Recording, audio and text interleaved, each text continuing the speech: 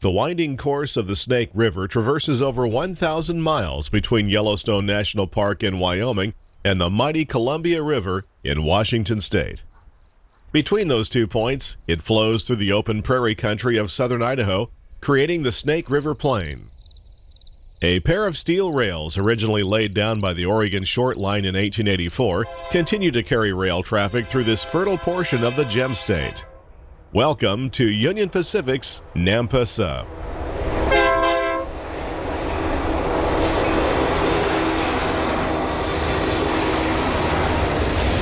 Running over 242 miles between Nampa and Pocatello, the Nampa Subdivision is a key artery to the Pacific Northwest, seeing around 15 to 20 trains in a 24-hour period.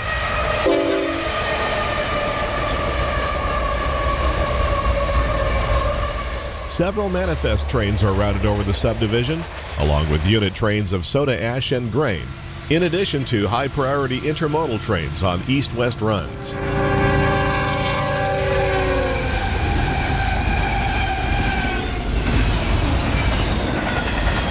In our continuing series on Union Pacific's Idaho Mainline, we will cover the western portion of the Nampa Subdivision between Nampa and Ticeska.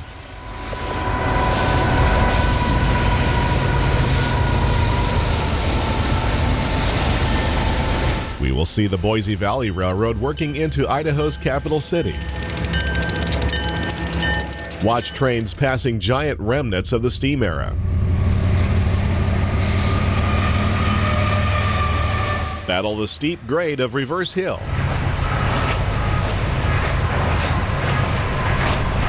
Wind along the Snake River near Glenn's Ferry. And climb the Ticeska grade east of King Hill.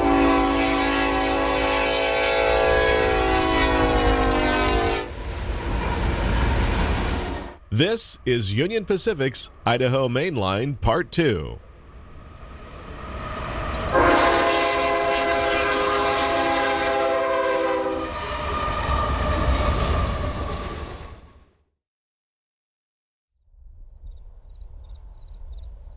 Organized as a subsidiary of the Union Pacific in 1881, the Oregon Short Line Railway built west from Granger, Wyoming to Huntington, Oregon, where it met the Oregon Railway and Navigation Company building east from Portland. This was a strategic move that kept the OR&N from expanding any further eastward into Idaho. The line provided the Union Pacific with a much-needed gateway into the Pacific Northwest. The whole system was absorbed into the UP by 1936, although the Oregon Short Line continued to exist under a lease agreement until December 30th, 1987, when it was fully merged into the UP. In our first program in this series on Union Pacific's Idaho Mainline, we followed the eastern portion of the Huntington Subdivision from Huntington, Oregon to Nampa, Idaho. The railroad follows the Snake River, crossing back and forth along the state line until turning compass east to follow the general course of the Boise River to the division point at Nampa. Continuing our eastbound journey, we will look at the Boise Valley Railroad as it operates over the western portion of the Boise Cutoff between Nampa East and Hillcrest. The rest of the old line to Orchard was abandoned by the UP after Amtrak's Pioneer was discontinued in 1997. Returning to the main line, we will depart Nampa and head railroad east through Kuna, Owyhee, and Orchard. A water tank still stands near the junction with the Boise Cutoff, and we will check out a brace of SD-90 Max stored there. The railroad continues on a gentle uphill grade to Cleft and on through Sabri and Mountain Home. At reverse, the line goes to double track in preparation for a steep downhill run to the Snake River at Hammett. Trains follow the river through Glenn's Ferry and King Hill before tackling another steep grade to the end of double track at Ticeska.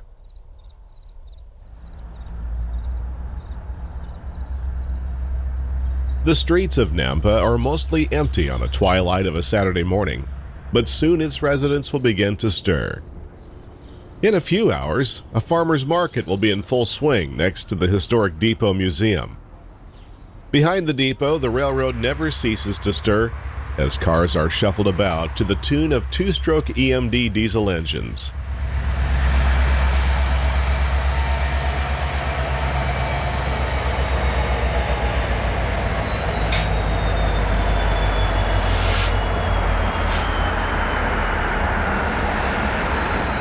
Nearby, the once busy yard tower still looks on, although yardmasters these days rely more on remote cameras to be their eyes than the high perch once common to rail yards. This is a division point on Union Pacific's Oregon Short Line route between the Huntington Subdivision heading west to Oregon and the Nampa Subdivision continuing east to Pocatello. During our summertime visit to Nampa, we found a string of 22 EMD SD9043 Max in a deadline, recently moved here from another temporary resting place at Orchard, around 35 miles to the east. The big old diesels sit on the bench for the time being, looking the worse for wear. The ticking sound of a spitter valve draws our attention to an awaiting Boise Valley Railroad train, which is patiently waiting at Nampa Junction to cross the main line into the yard. The BVRR operates on Union Pacific's former main line into Boise, serving customers in Meridian and Hillcrest, as well as the Wilder branch in nearby Caldwell. The short line has operated since 2009 when Wadco purchased the line from the Idaho Northern and Pacific Railroad. This morning's train is waiting for one eastbound before it can enter Nampa Yard. UP 2544 East has just made a crew change, and the stack train continues its journey to the next division point at Pocatello. The majority of the train is overseas containers for Ocean Network Express.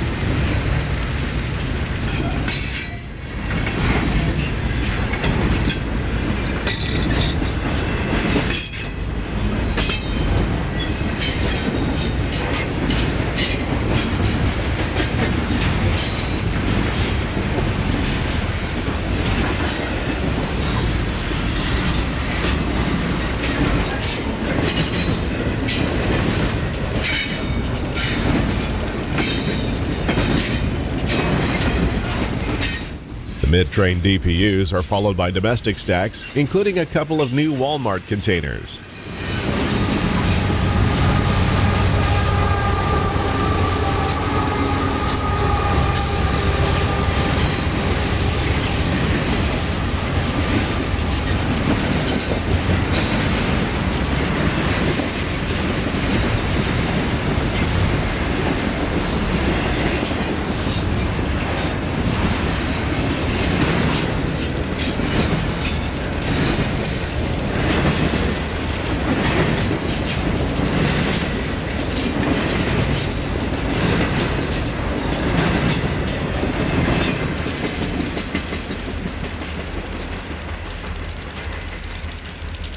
With the stacker out of the way, the UP dispatcher gives the Boise Valley Railroad a light to enter the busy yard. Today's train is powered by two former Canadian National GP40-2LWs built in 1975 and a GP38-3 originally built in 1967 for the Bangor and Aroostook Railroad in Maine.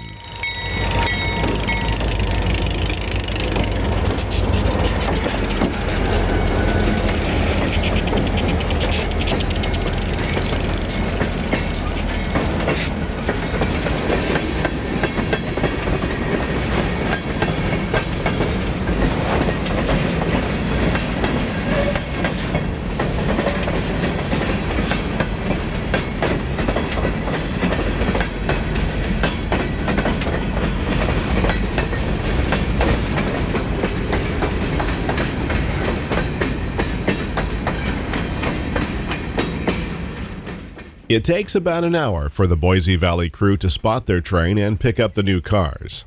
GP38-3 number 3821 is in charge on the way back to the junction.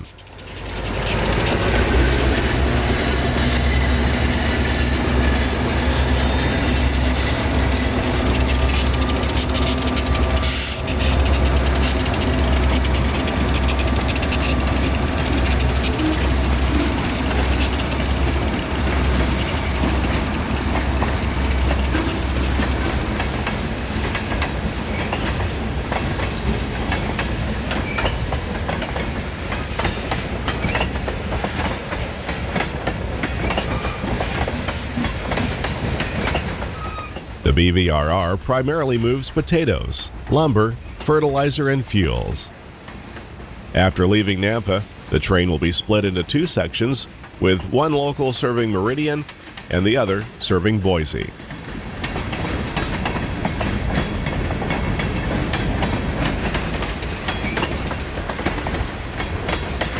The Oregon Short Line bypassed Boise due to the longer, steeper grade required to get there from the east.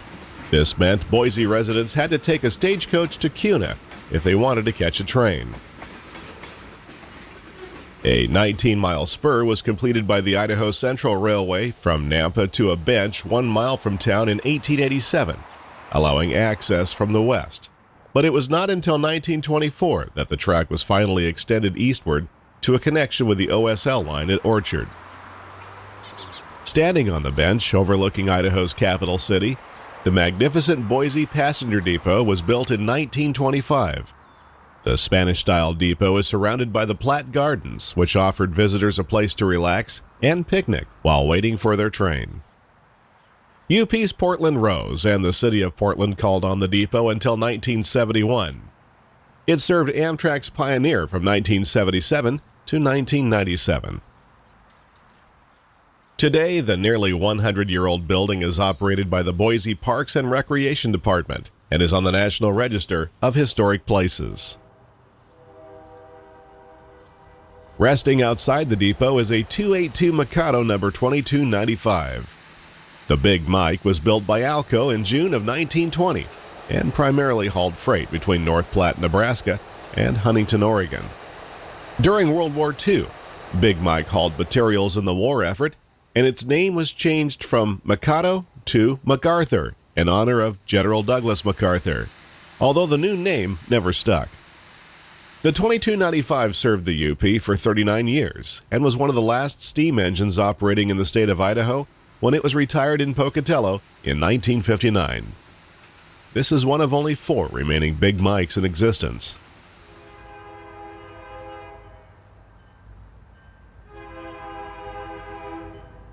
The Boise Valley Railroad passes the classic engine and depot at milepost 448.6 as the Boise section of the train heads for the current end of track at Hillcrest. Although the rails are still there, the rest of the old Boise Cutoff between Hillcrest and Orchard was abandoned by the UP in 1999.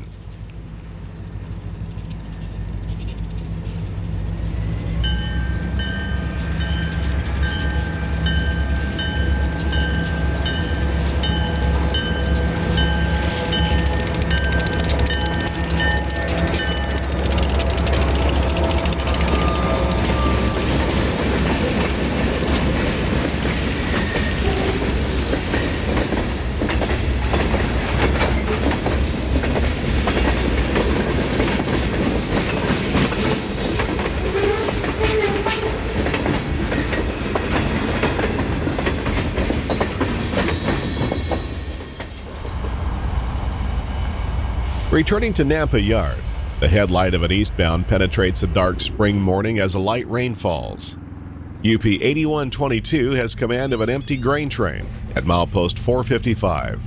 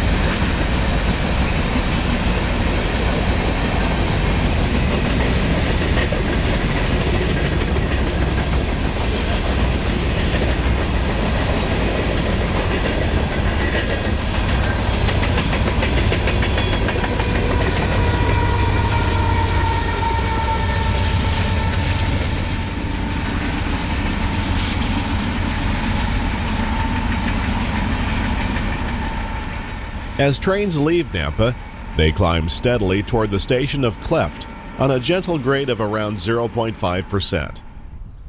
Milepost 447 puts us at the siding of Kuna. The water tank pinpoints a town mostly hidden in the greenery to the north of the tracks. Another eastbound heads for Pocatello, this time a manifest led by UP 7529.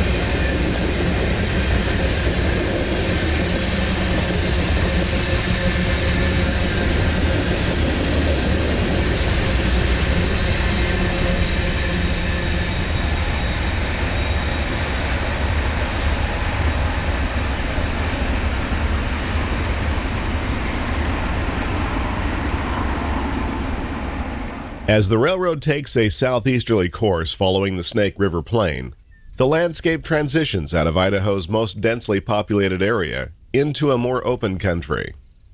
The snow-covered Owyhee Mountains rise to the southwest. The rugged region was one of the last explored places in the lower 48 states. This rural crossing is just west of the siding of Owyhee.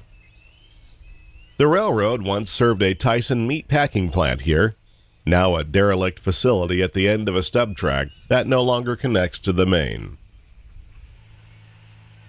Another industry that recycles inedible meat byproducts is located across the street. They are serviced by a UP local working out of Nampa. An endangered forest of code lines still follows the railroad through much of southern Idaho, a scene once all too common across the fruited plain. They direct our eye to the approaching UP 8414 West with a high-priority Z train as it sprints to Nampa for a morning crew change. In the age of precision-scheduled railroading, this train is an attempt at being both long and fast. In addition to the 4 units on the point, 2 more GEs are buried deep in the long train.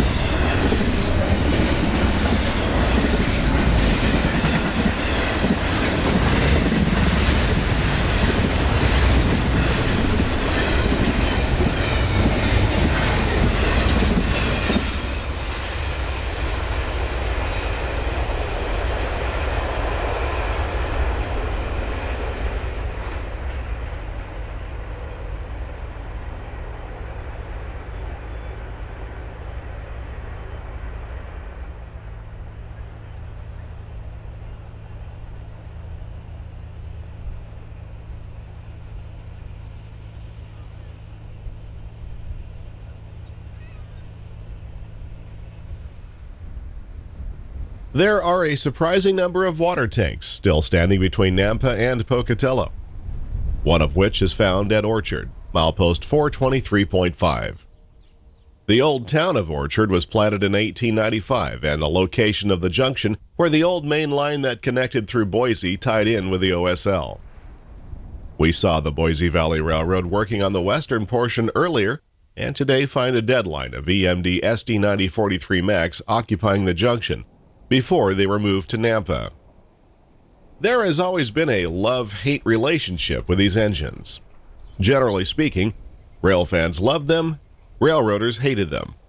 First introduced in 1995, the SD90 Mac was one of the largest diesel locomotives produced by EMD, behind the DD40AX Centennials like this one on display at North Platte, Nebraska. The 90 Mac measures 80 feet 2 inches in length and weighs 415,000 pounds. It was designed for a new 4-stroke 16-cylinder 265H engine that would produce 6,300 horsepower. However, reliability issues with the new prime mover were never ironed out, and these units retained a smaller 2-stroke 4,300 horsepower diesel, hence the 9043 designation. Back in 2002, a few 6,000 horsepower SD90 Mac H's could be spotted roaming the UP system, like this one on the point of a northbound manifest near Klamath Falls, Oregon.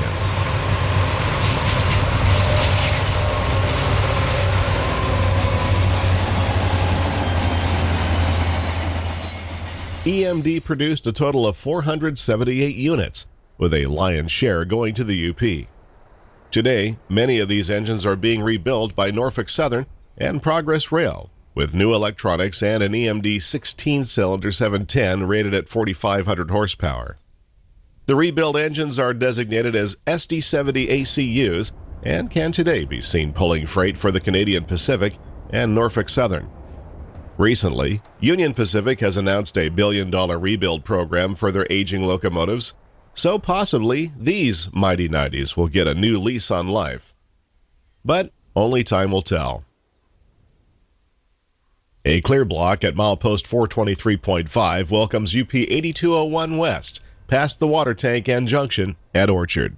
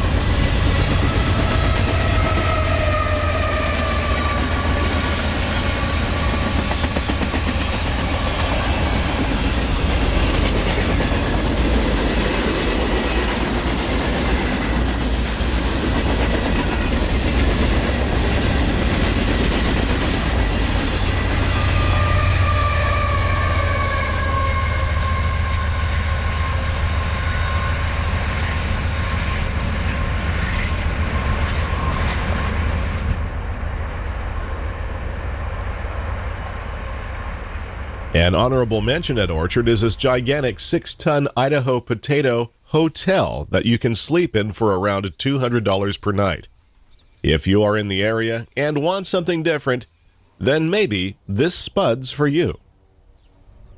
Moving back to the water tank, a westbound stack train races through Orchard.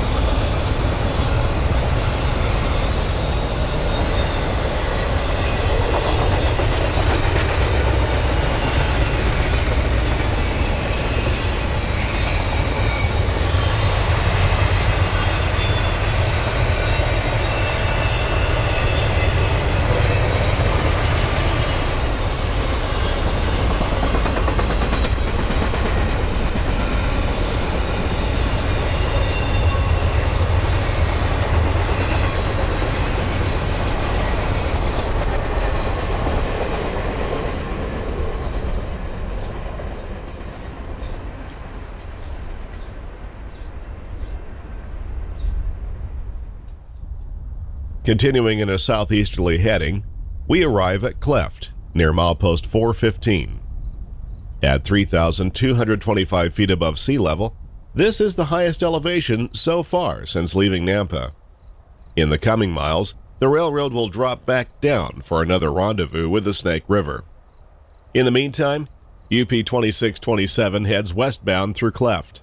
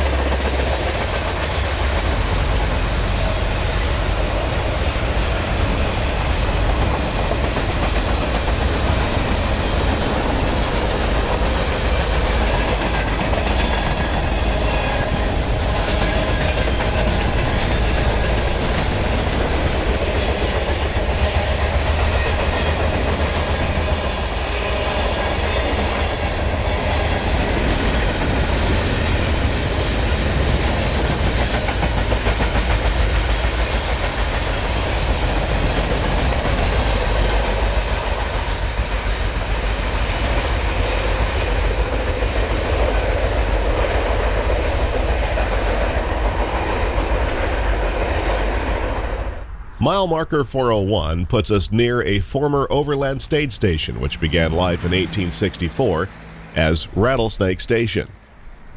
When the post office was built in 1876, the good folks decided to call it Mountain Home instead. As the Oregon Short Line was being built, the townsfolk could see that the railroad was going to miss Mountain Home by a country mile, 8 of them to be exact. So they did what any pioneers would do. They hitched the post office to a team of mules and dragged Mountain Home to where it is today, along the tracks. Thanks to that move, we can show you shots like this as UP 5406 drags an eastbound manifest through the town of Mountain Home.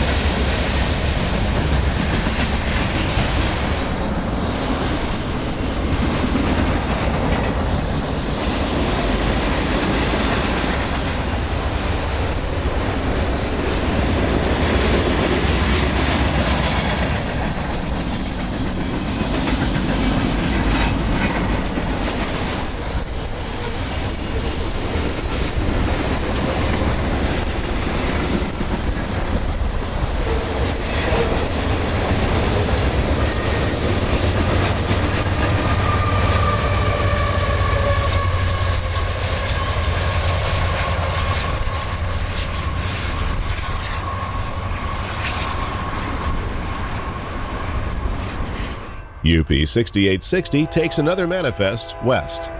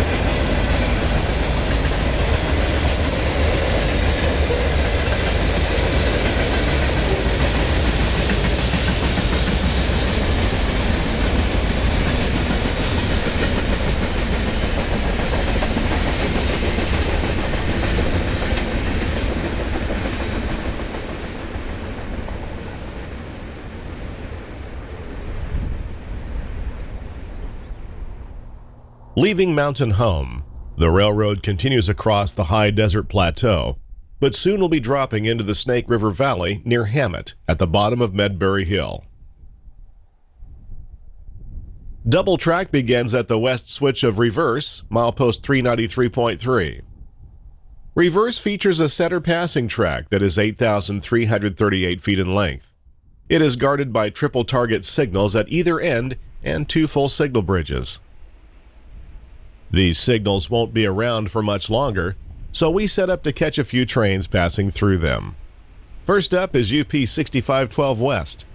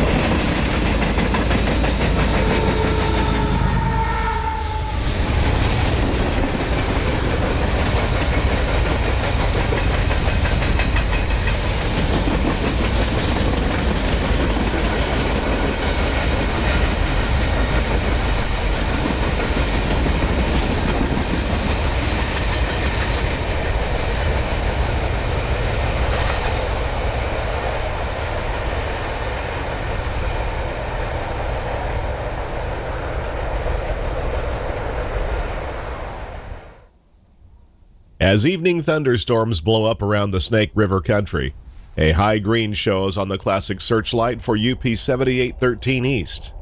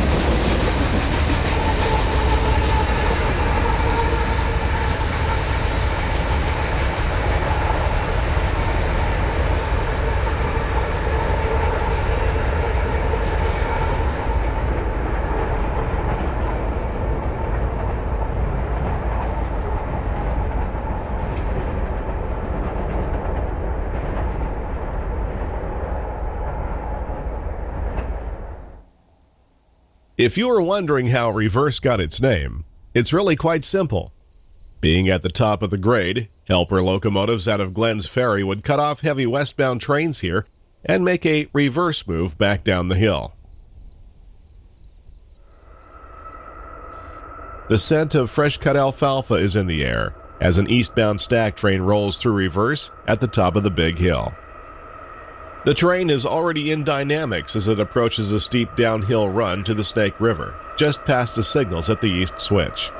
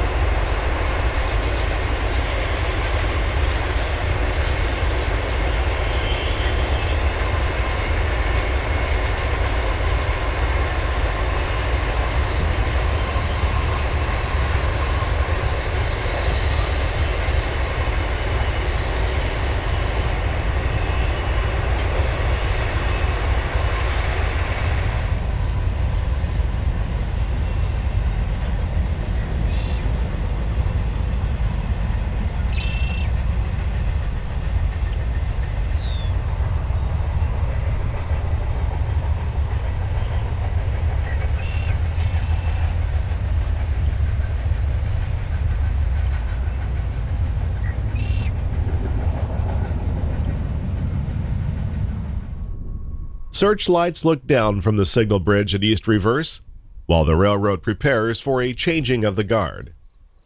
The newer generation waits in the weeds for its turn to govern train movements on the top of the hill. A rail train led by UP 7497 slowly makes its way up Main 1. The trailing SD70M is offline, letting the GEVO do all the work.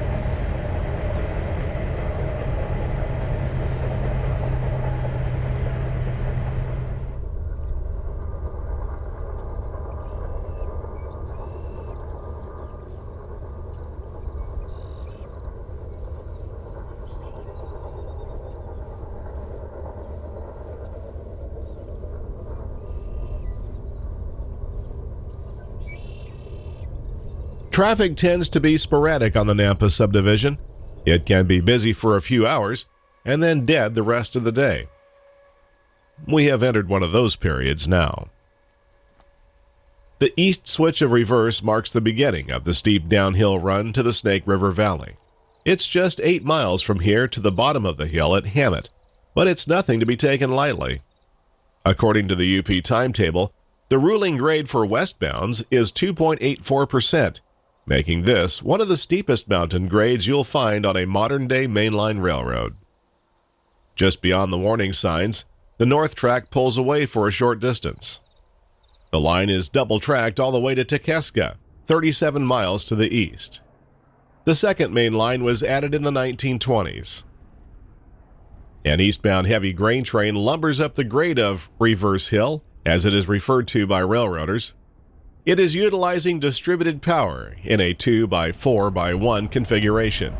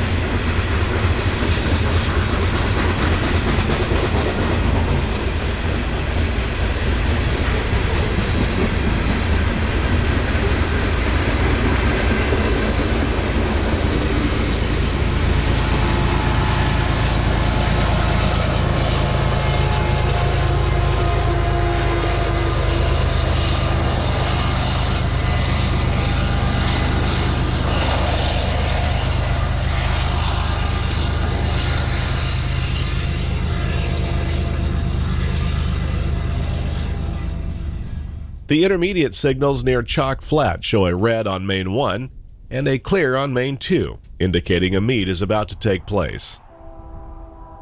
First on the scene is UP 7258 West with a heavy soda ash train running between Green River, Wyoming and Portland, Oregon.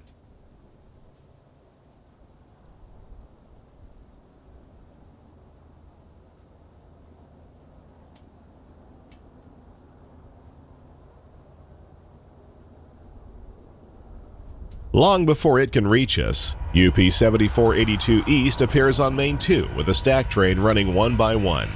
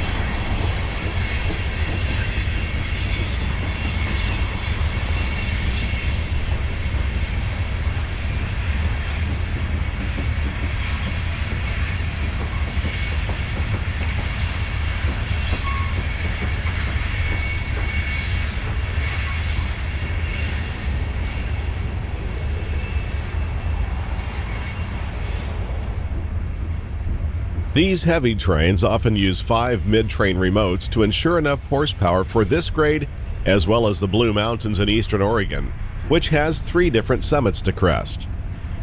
On this train, however, only 3 of the 5 units appear to be online.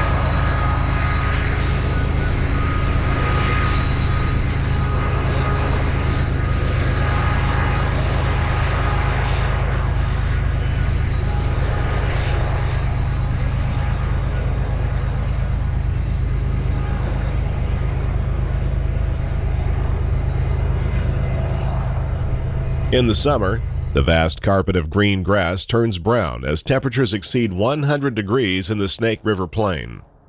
Perfect conditions for wildfires like the one burning north of us.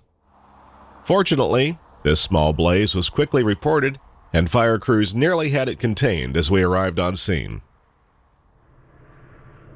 A series of signal bridges guard the double track on Reverse Hill. This one is at milepost 388.5. Another heavy soda ash train out of Green River climbs toward the signal bridge after emerging from Chalk Cut. The 5 diesels on the head end put on a fantastic show of raw horsepower versus gravity.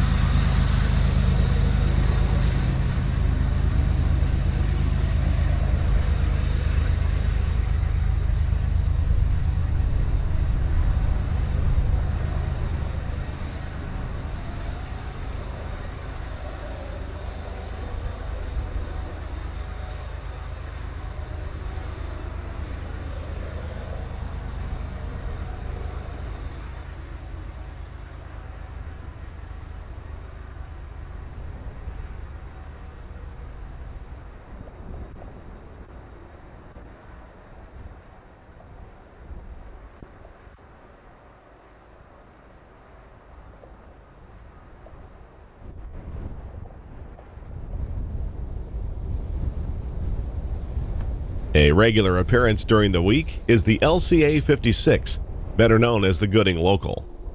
It works out of Nampa on Mondays and Wednesdays and is powered by a pair of EMD SD70Ms.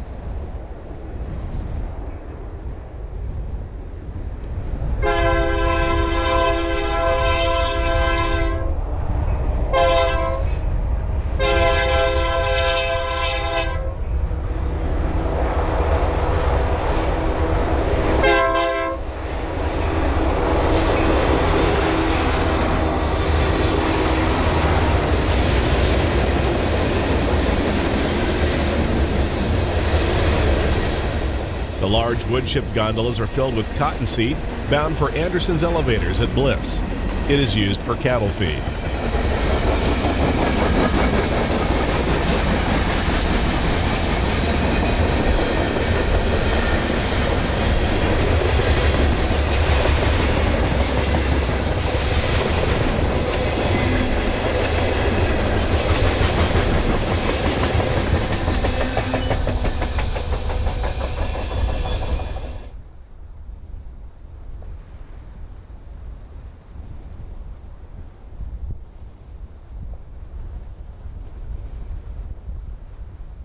The railroad cuts through the northeast flank of Medbury Hill after a line relocation project in the early 1920s.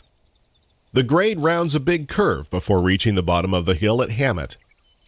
The coming miles will find the Snake River leading trains through that notch visible in the distance. Looking more closely, a distant headlight indicates a westbound is approaching. It's a high-priority Z train, and the dispatcher is hanging greens for it all the way to Nampa. We can just make out the clear block on the signal bridge on the inside cut, and notice the train is being routed up Main 2. A lower priority train is stopped on Main 1 at reverse, and the Z will run around him there.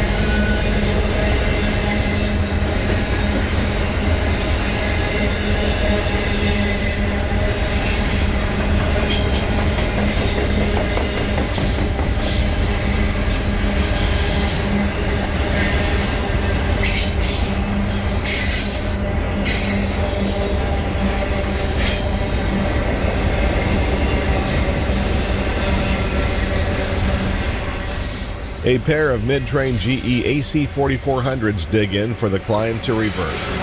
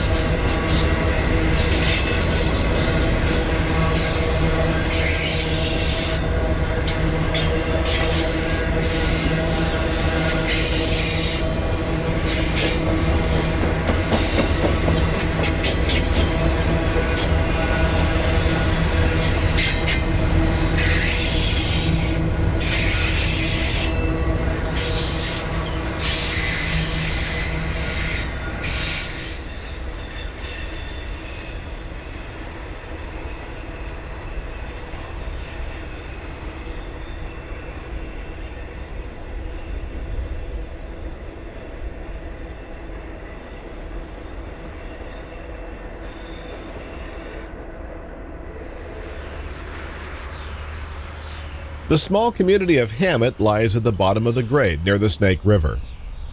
Located about an hour east of Boise, it was once a busy stop for travelers on US 30, now bypassed by Interstate 84 and mostly forgotten. Today, it's an unincorporated community made up of farms and ranches that provide a little business for the railroad and is serviced by the Gooding Turn. UP 5756 West blasts through Hammett as it makes a run at Reverse Hill, with 12,000 feet of train in tow.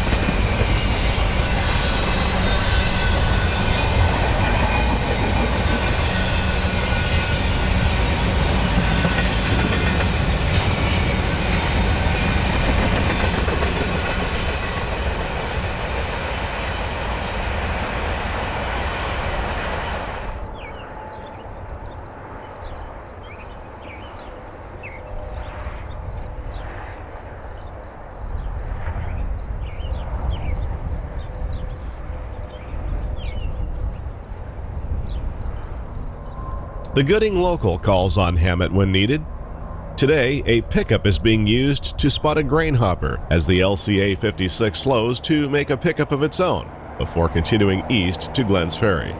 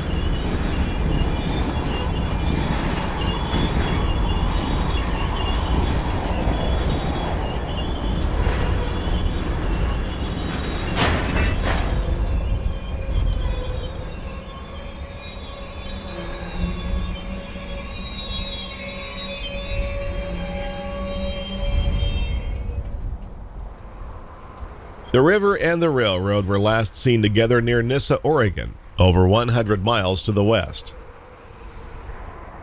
After working Hammett, UP 4510 leads the Gooding Turn along the water level course toward its next stop at Glens Ferry.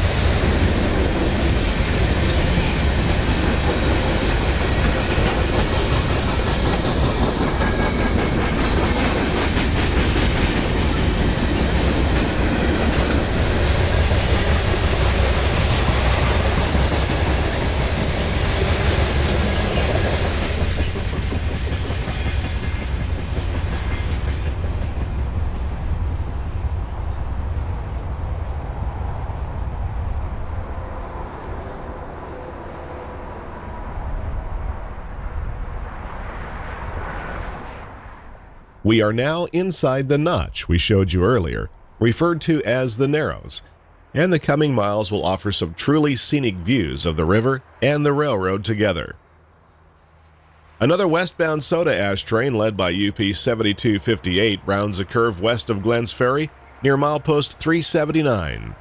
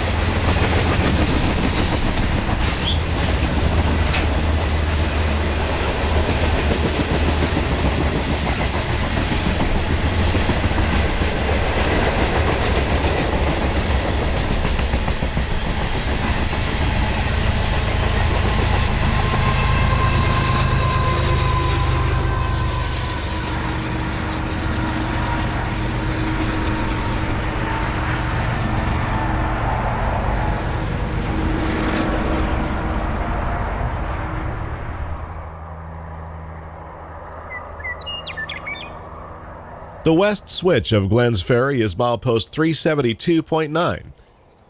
There is a small yard here and a siding of 16,958 feet. Another group of searchlights will soon be replaced, but light the way this morning for a couple of trains. Our first is a track geometry car led by UP 3087 East.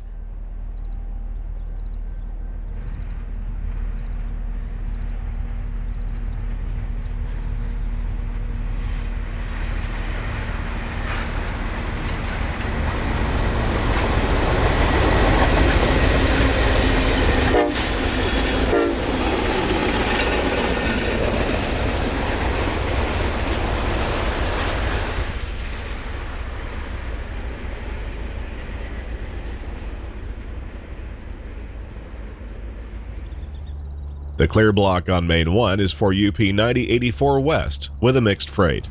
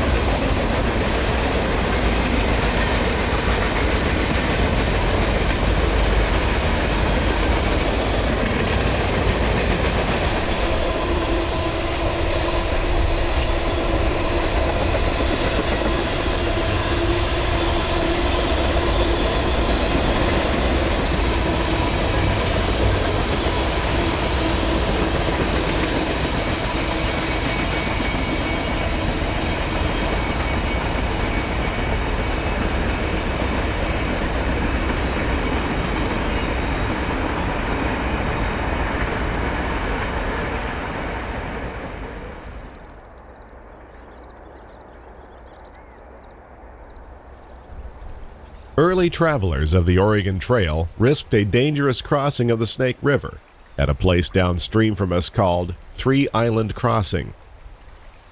It sorted out folks with real resolve to go west from those who hadn't, and there were many who hadn't, and they turned back here. In 1869, a freight hauler by the name of Gus Glenn constructed a ferry, which made the crossing much safer and quicker, and the town of Glenn's Ferry was established. During the Bannock War of 1878, Indians captured and sank the ferry. However, the town survived thanks to the coming of the overland stage. Glenn's Ferry grew into an important railroad town when the Oregon Short Line arrived in 1883. The actual crossing site of Glenn's Ferry is right here, just below the current I-84 bridges. Today, the charming little town boasts a population of around 1,300 and retains its old town feel with false front buildings still facing the old Main Street of America, the tracks. There are 6 sites in town listed on the National Register of Historic Places. The nearby Redford Motel has some nostalgia all its own and appears to still be usable, although lacking in apps like a 4K camera, GPS, and a web browser. Glenn's Ferry was an important crew change point and a helper base situated between the big grades. A 17-stall roundhouse was a town fixture, along with the depot, which are both long gone. Diesel locomotives reduced the need for helpers, and in 1973, UP began running trains all the way through between Nampa and Pocatello without changing crews in Glenn's Ferry. The facilities were closed that same year. The only remaining structure is the old coaling tower that sits just off the main line, no longer needed by the big diesels that pass. Another unit grain train heads west.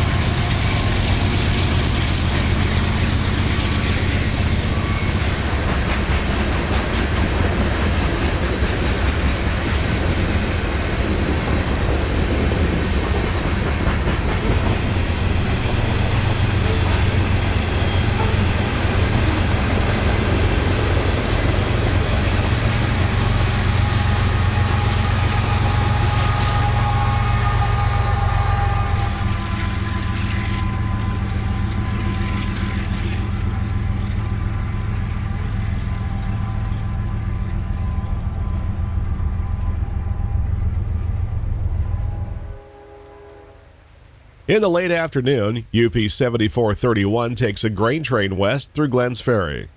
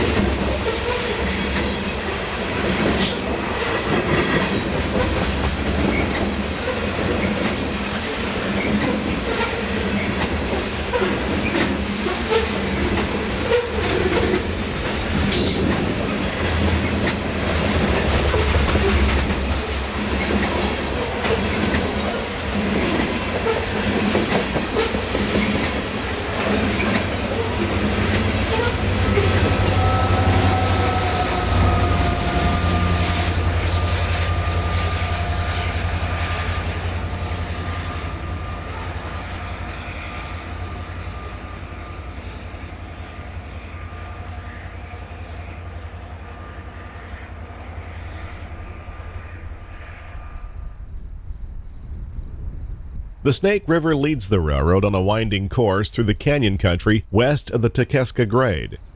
Fields of alfalfa are swathed into windrows as our local is seen again returning west. The train heads east on Mondays and Wednesdays as the 56 local, usually tying up at Bliss. On Tuesdays and Thursdays, it works Land O'Lakes at Gooding, then returns west to Nampa as the 57 local.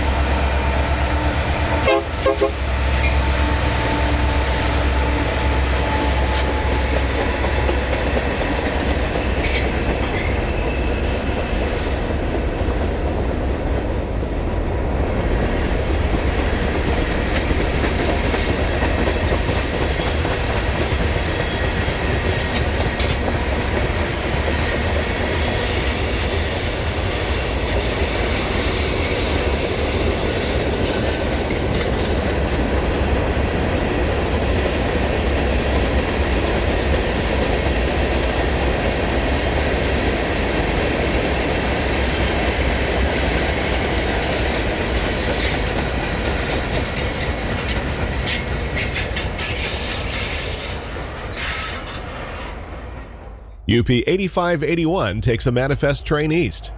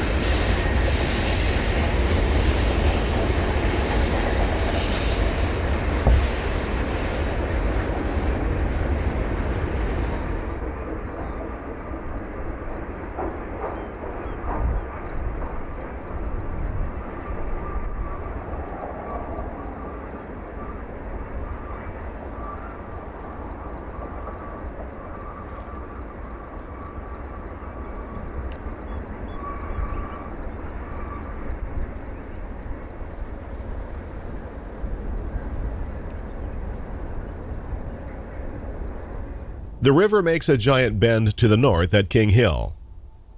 UP 7977 heads westbound along the Snake River bottom after descending the long grade.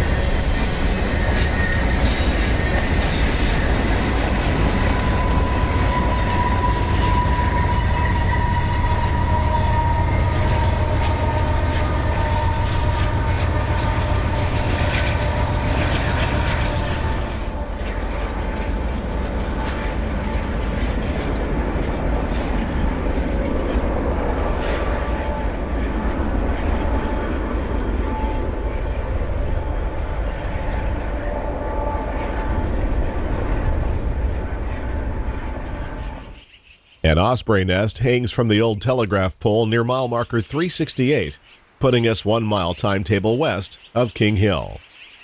The section of double track from reverse originally ended here, where the project was completed in 1924. 4 years later, a second main line was extended for another 10 miles to Ticeska. UP 4510 leads the Gooding local eastward on the number 2 track.